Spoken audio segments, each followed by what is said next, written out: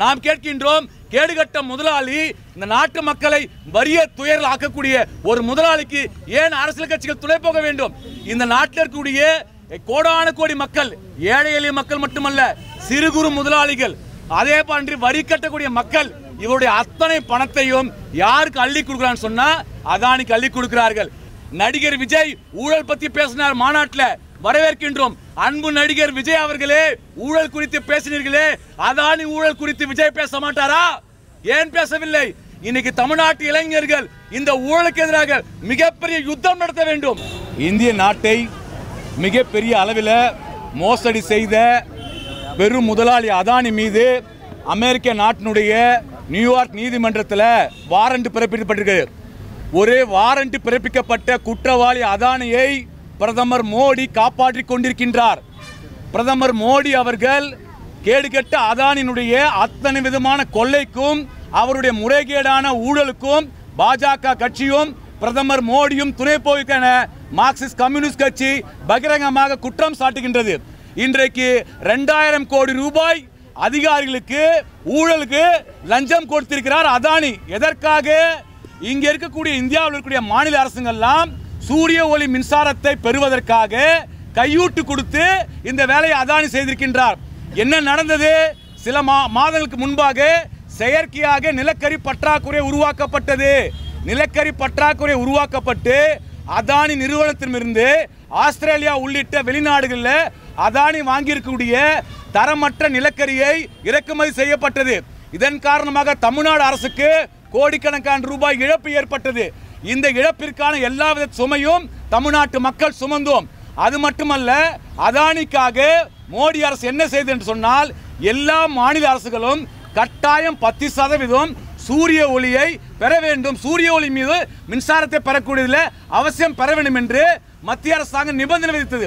இதற்காக இந்தியாவினுடைய அரசு பொதுத்துறை நிறுவனமான சூரிய ஒளி மின்சாரம் செய்யக்கூடிய அந்த கழகத்திலிருந்து மாநில அரசுகள் 10% சூரிய ஒளி மின்சாரத்தை பெற நிர்பந்திக்கப்பட்டார்கள். ஆனால் இதில் எங்க முறைகேடு நடந்ததுன்னா, இந்தியாவுடைய பொதுத்துறை நிறுவனமாக இருக்கக்கூடிய அரசு துறை நிறுவனமாக இருக்கக்கூடிய சூரிய ஒளி மின்சாரத்தை செய்யக்கூடிய கழகத்திற்கு ஒட்டுமொத்த ஏஜென்டும் யார் சொன்னால் அதானி.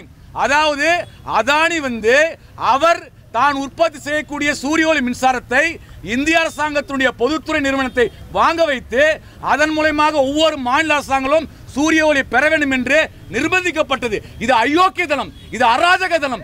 இந்திய அரசியலமைப்பு சாசனம் கொடுத்துடைய அத்தனை விதமான உரிமைகளையும் இந்த மோடி அரசாங்கம் தலைக்கீழாக புரட்டி போட்டிருக்குது. ஒரு கேடுகட்ட முதலாளிக்காக இந்திய நாட்டு மக்களை எப்படி துன்புறுத்த முடியும்? இன்னைக்கு தமிழ்நாட்டில் இருக்கிற ஒவ்வொரு மக்களும் இன்னைக்கு மின்சார கட்டண உயர்வால் பாதிக்கப்பட்டிருக்கிறோம்.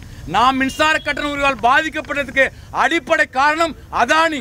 அதானி லாபம் கொழிப்பதற்காக மாநில அரசுகள் மத்திய அரசுகள் இன்றைக்கு மின்சார கட்டணத்தை உயர்த்துகிறார்கள். ஒட்டுமொத்த பணத்தையும் என்று சொன்னால் அதானி சுருட்டி கொண்டிருக்கின்றார். அதானி பிஜேபியை தேர்தலில் ஜெயிக்க வைப்பதற்காக கோடிக்கணக்கான ரூபாய் செலவழிக்கிறார். அதன் காரணமாக தான் அதானி மீது மோடி நடவடிக்கை எடுக்கவில்லை. இன்றைக்கு தமிழ்நாட்டில் இன்னைக்கு இந்தியாவில் பார்த்தீங்கன்னா மார்க்சிஸ்ட் கம்யூனிஸ்ட் கட்சி நாடு முழுக்க அதானி அலுவலகம் முன்பு போராட்டம் நடத்த சொல்லியிருக்கின்றது. இப்ப சென்னையில் அதானி அலுவலகம் முன்பு மார்க்சிஸ்ட் கட்சி போராட்டம் நடந்தது. ஆனால் தமிழ்நாட்டில் இருக்கக்கூடிய திமுக உள்ளிட்ட எந்த அரசியல் கட்சிகளையும் இந்த பிரச்சனை ஒரு அறிக்கை விடவில்லை, அதானே கண்டிக்கவில்லை, அதானே கைது செய்ய சொல்லவில்லை. நாம் கேட்கின்றோம், கேடுகட்ட முதலாளி இந்த நாட்டு மக்களை வறிய துயரில் ஆக்கக்கூடிய ஒரு முதலாளிக்கு ஏன் அரசியல் கட்சிகள் துணை போக வேண்டும்?